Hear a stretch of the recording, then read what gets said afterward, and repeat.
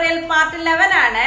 ഇതിൽ inventory valuation method എങ്ങനെ change ചെയ്യാം, അതുപോലെ ഒരു പ്രൊഡക്റ്റിന് എങ്ങനെ ഒന്നിൽ കൂടുതൽ യൂണിറ്റ് നൽകാം എന്നൊക്കെയാണ് ഇന്നത്തെ വീഡിയോയിൽ പറയുന്നത്. അപ്പൊ നമുക്ക് വീഡിയോയിലോട്ട് പോകാം.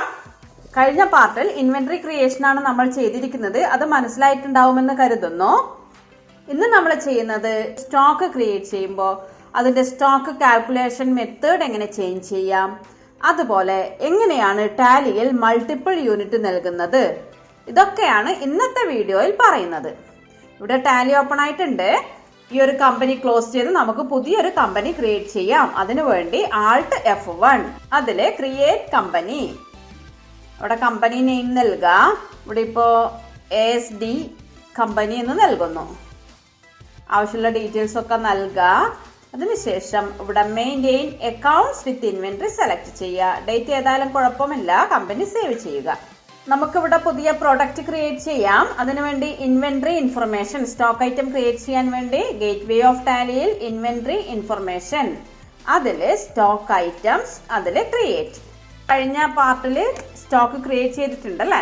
ഇവിടെ നമുക്ക് 2 പാർട്ടാണ് ലഭിച്ചത്. F12 കോൺഫിഗറേഷൻ കീ പ്രസ് ചെയ്താൽ ഇവിടെ ഒരു ഓപ്ഷൻ ഉണ്ട്, allow advanced entries in masters. അത് യെസ് ആക്കുക, സേവ് ചെയ്യുക. അപ്പൊ ഇവിടെ നമുക്ക് 3 പാർട്ടായി ലഭിക്കുന്നുണ്ട്. ലാസ്റ്റ് പാർട്ട് ബിഹേവിയർ, അവിടെയാണ് സ്റ്റോക്ക് കാൽക്കുലേഷൻ മെത്തേഡ് നാം സെലക്ട് ചെയ്യേണ്ടുന്നത്. ടാലിയിൽ ഡിഫോൾട്ടായി ആവറേജ് പ്രൈസ് മെത്തേഡിലാണ് സ്റ്റോക്ക് കാൽക്കുലേറ്റ് ചെയ്യുന്നത്. അപ്പൊ ഇവിടെ ഐറ്റം നെയിം നമുക്ക് നൽകാം, സന്തൂർ സോപ്പ്. പാർട്ട് നമ്പർ വേണമെങ്കിൽ നൽകാം, ഷോർട്ട് നെയിം, അതുപോലെ ഒരു എന്തെങ്കിലും ഒരു കോഡ് ഒക്കെ ഇവിടെ വേണമെങ്കിൽ നൽകാം. അണ്ടർ കൊണ്ട് മീൻ ചെയ്യുന്നത് നാം ക്രിയേറ്റ് ചെയ്യുന്ന പ്രോഡക്റ്റിന്റെ കമ്പനി ഏതാണ്, അല്ലെങ്കിൽ ഏത് കാറ്റഗറിയാണ്, നമുക്ക് റിപ്പോർട്ടിൽ എങ്ങനെയാണോ സ്റ്റോക്ക് വേണ്ടുന്നത് അതിനെ ബേസ് ചെയ്തിട്ടാണ് ഇവിടെ നമ്മൾ ഗ്രൂപ്പ് ക്രിയേറ്റ് ചെയ്യേണ്ടത്. അപ്പൊ ഇവിടെ നിന്ന് സെക്കൻഡറി ആയി ഗ്രൂപ്പ് ക്രിയേറ്റ് ചെയ്യാൻ വേണ്ടി Alt C, ഇവിടെ ഇപ്പോ ബാത്ത് സോപ്പ് എന്ന് പറഞ്ഞ് നൽകുന്നു. Under primary can quantities of item be added, ഇതിപ്പോ ഇവിടെ നോ കൊടുക്കാം, accept. Units Alt C press ചെയ്ത് numbers, NOS, formal name numbers, number of decimal places 0. Next costing method, ഇവിടെ ഡിഫോൾട്ട് ആയിട്ടുള്ളത് ആവറേജ് കോസ്റ്റ് ആണ്. ഇവിടെ വെച്ച് സ്പേസ് ബാർ കീ പ്രസ് ചെയ്യുകയാണെങ്കിൽ ടാലിയിൽ യൂസ് ചെയ്യുന്ന കോസ്റ്റിംഗ് മെത്തേഡ്സ് അല്ലെങ്കിൽ സ്റ്റോക്ക് വാല്യുവേഷൻ മെത്തേഡ് നമുക്കിവിടെ കാണാവുന്നതാണ്. നമുക്ക് നമ്മുടെ ഫേം ഏത് മെത്തേഡിലാണ് സ്റ്റോക്ക് വാല്യൂ ചെയ്യുന്നത് ആ ഒരു മെത്തേഡ് നമുക്ക് ഇവിടെ നിന്ന് സെലക്ട് ചെയ്യാവുന്നതാണ്. കോസ്റ്റിംഗ് ഒക്കെ പഠിച്ച കുട്ടികൾക്ക് സ്റ്റോക്ക് കാൽക്കുലേഷൻ മെത്തേഡ് എന്താണെന്ന് മനസ്സിലാവും. അപ്പൊ ഏത് മെത്തേഡ് വേണമെങ്കിലും ഇവിടുന്ന് സെലക്ട് ചെയ്യാം.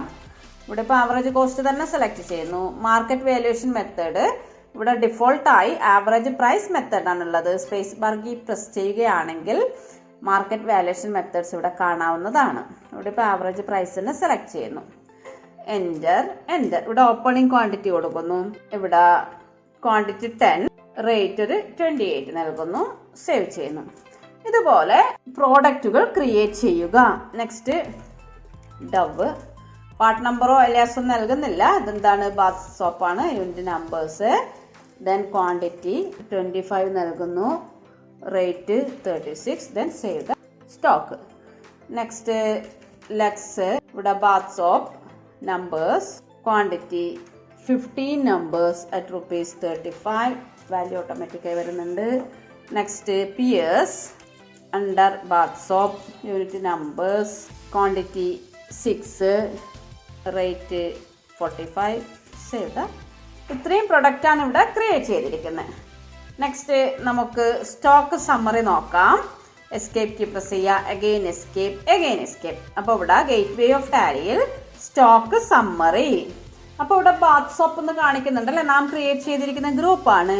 ഇവിടെ ക്വാണ്ടിറ്റി റേറ്റ് ഒന്നും കാണുന്നില്ല, ടോട്ടൽ വാല്യൂ, മൊത്തം സ്റ്റോക്കിന്റെ വാല്യൂ ആണ് ഇവിടെ കാണിക്കുന്നത്. അപ്പോൾ നേരത്തെ നമ്മൾ ഗ്രൂപ്പ് ക്രിയേറ്റ് ചെയ്യുമ്പോൾ ഒരു ഓപ്ഷൻ അവിടെ നോ ആയിരുന്നു. ഇവിടെ നിന്ന് ഗ്രൂപ്പ് ക്രിയേഷൻ വിൻഡോ ആൾട്ടർ ചെയ്യാൻ വേണ്ടി, അതുപോലെ ടാലിയിൽ എന്തും ക്രിയേറ്റ് ചെയ്താൽ ആൾട്ടർ ചെയ്യാൻ വേണ്ടി യൂസ് ചെയ്യുന്ന കീ ആണ് Ctrl+Enter. Secondary alteration Ctrl+Enter. ഇല്ലെങ്കിൽ നമ്മൾ ഇൻവെന്ററി ഇൻഫർമേഷനിൽ ഗ്രൂപ്പ്സ് എടുത്തിട്ട് ആൾട്ടർ ചെയ്യണം. എസ്കേപ്പ് ചെയ്ത് പുറത്ത് പോയി വേണം അത് ചെയ്യാൻ. അതിന് പകരം ഇവിടെ തന്നെ ചെയ്യാൻ വേണ്ടി സെക്കൻഡറി ആൾട്ടറേഷൻ യൂസ് ചെയ്യുന്ന കീ ആണ് Ctrl+Enter. ഇപ്പോൾ ഇവിടെ നേരത്തെ ഗ്രൂപ്പ് ക്രിയേറ്റ് ചെയ്തൊരു വിൻഡോയാണ് നമുക്ക് ലഭിച്ചിരിക്കുന്നത്.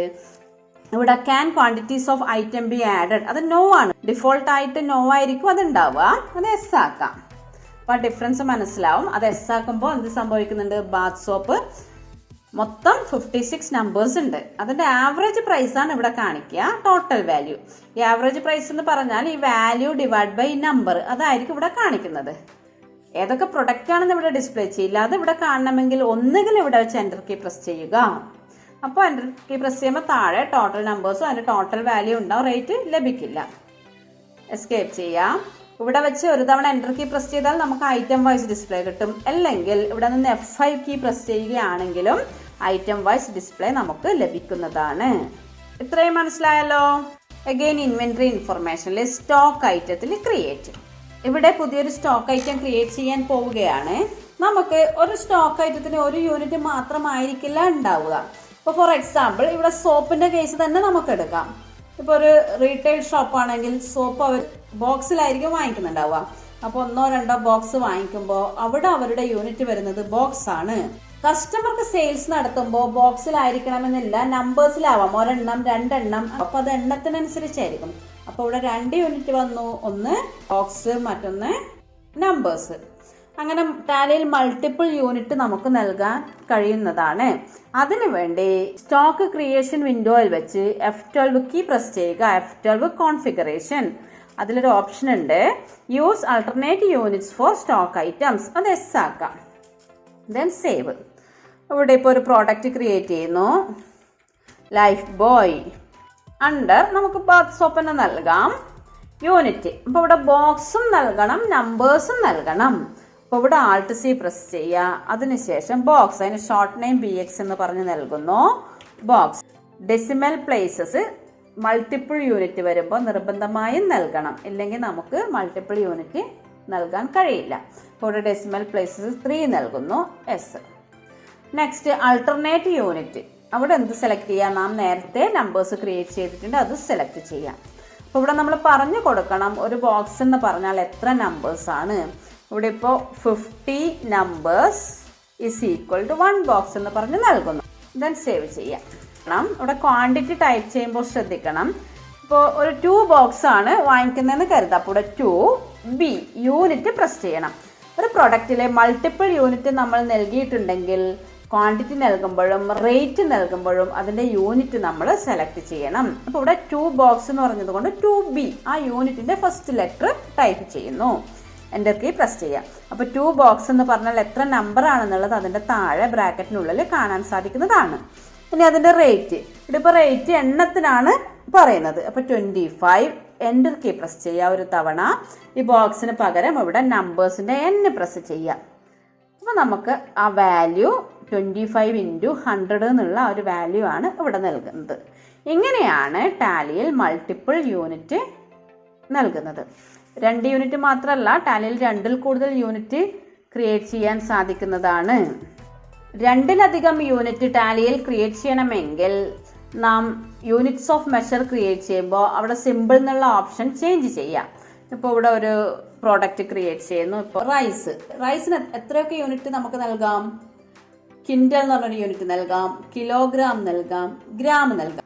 3 യൂണിറ്റ് നമുക്ക് നൽകാം. അപ്പോൾ അതെങ്ങനെയാണെന്ന് നോക്കാം. ഇവിടെ ഇപ്പോൾ റൈസ് അതിൻ്റെ കമ്പനി നെയിം വേണമെങ്കിൽ നൽകാം. ജസ്റ്റ് റൈസ് എന്ന് ടൈപ്പ് ചെയ്യുന്നു. അലിയാസ് പാർട്ട് നമ്പർ ഒന്നും നൽകുന്നില്ല. അണ്ടർ പ്രൈമറി നൽകുന്നു.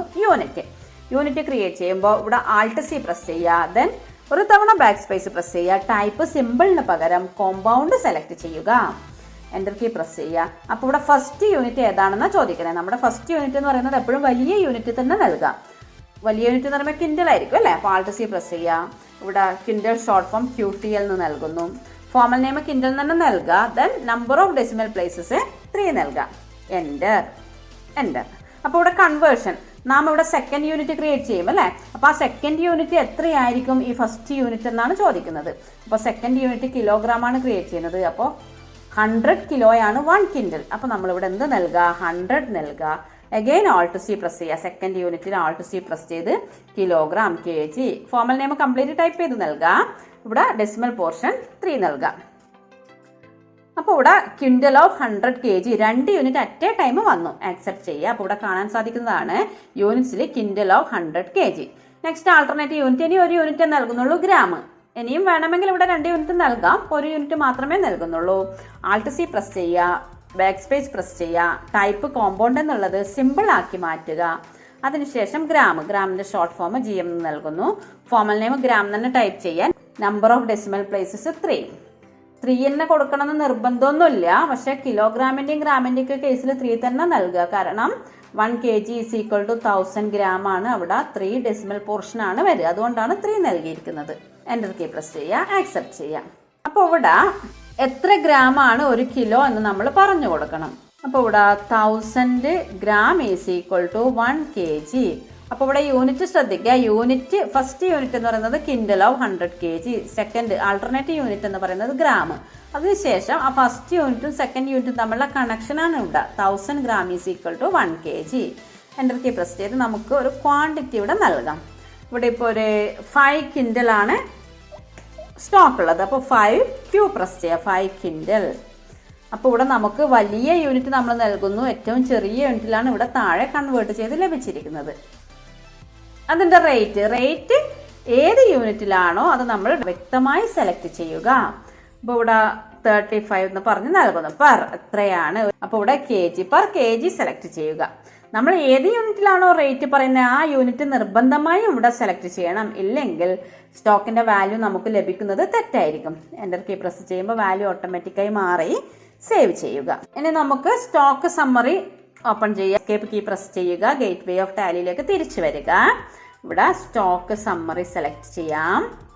അപ്പോൾ ഇവിടെ ബാത്ത് സോപ്പ് റൈസ് പ്രൈമറി കൊടുത്തുകൊണ്ടാണ് ഇവിടെ കാണിച്ചിരിക്കുന്നത്. ഇപ്പോൾ 2 പ്രൊഡക്റ്റ് ഉണ്ട്. F5 കീ പ്രസ് ചെയ്യുകയാണെങ്കിൽ കംപ്ലീറ്റ് സ്റ്റോക്ക് നമുക്കിവിടെ ഡിസ്പ്ലേ ചെയ്യുന്നതാണ്. ഒന്ന് എസ്കേപ്പ് കീ പ്രസ് ചെയ്യുക. Again stock summary. ഇവിടെ ബാത്ത് സോപ്പിൽ വെച്ച് എൻ്റർ കീ പ്രസ് ചെയ്യുകയാണെങ്കിൽ ആ സോപ്പ് ഐറ്റം മാത്രമേ ഇവിടെ കാണുന്നുള്ളൂ. ഇവിടെ വെച്ച് ഈ മെയിൻ വിൻഡോയിൽ വെച്ച് F5 പ്രസ് ചെയ്യുകയാണെങ്കിൽ എല്ലാ പ്രൊഡക്റ്റും നമുക്കിവിടെ ലഭിക്കുന്നതാണ്. അപ്പം ഇങ്ങനെയാണ് ടാലിയിൽ മൾട്ടിപ്പിൾ യൂണിറ്റ് ക്രിയേറ്റ് ചെയ്യുന്നത്. അതുപോലെ സ്റ്റോക്ക് കാൽക്കുലേഷൻ മെത്തേഡ് ചേഞ്ച് ചെയ്യുന്നതും മനസ്സിലായിരിക്കുമല്ലോ. നമുക്ക് profit or loss account alt F1 press ചെയ്താൽ ഇവിടെ ഓപ്പണിംഗ് സ്റ്റോക്കും ക്ലോസിംഗ് സ്റ്റോക്കും സെയിം ആയിരിക്കും. പർച്ചേസും സെയിൽസ് ഒന്നും ചെയ്തിട്ടില്ലല്ലോ. അപ്പോൾ ഇവിടെ ശ്രദ്ധിക്കുക, നമുക്കിവിടെ സ്റ്റോക്ക് കാൽക്കുലേഷൻ മെത്തേഡ് ഇവിടെ ഇപ്പോൾ നമുക്ക് മാറ്റങ്ങളൊന്നും കാണില്ല. കാരണം പർച്ചേസ് ചെയ്തിട്ടില്ല. പർച്ചേസ് ചെയ്യുമ്പോഴാണ് സ്റ്റോക്ക് കാൽക്കുലേഷൻ മെത്തേഡ് മാറുന്നത്. നമുക്ക് പ്രോഡക്റ്റ് ക്രിയേറ്റ് ചെയ്യുമ്പം സ്റ്റോക്ക് കാൽക്കുലേഷൻ മെത്തേഡ് ഒന്നും ചേഞ്ച് ചെയ്തിട്ടില്ല എന്ന് കരുതുക. അങ്ങനെയെങ്കിൽ ഇവിടെ നമുക്ക് സ്റ്റോക്ക് കാൽക്കുലേഷൻ മെത്തേഡ് മാറിയാൽ ക്ലോസിംഗ് സ്റ്റോക്കിന്റെ വാല്യൂ എത്രയാണെന്ന് നമുക്ക് അറിയാൻ കഴിയും. അതിനുവേണ്ടി ഇവിടെ നിന്നും F7 കീ പ്രസ് ചെയ്യുക.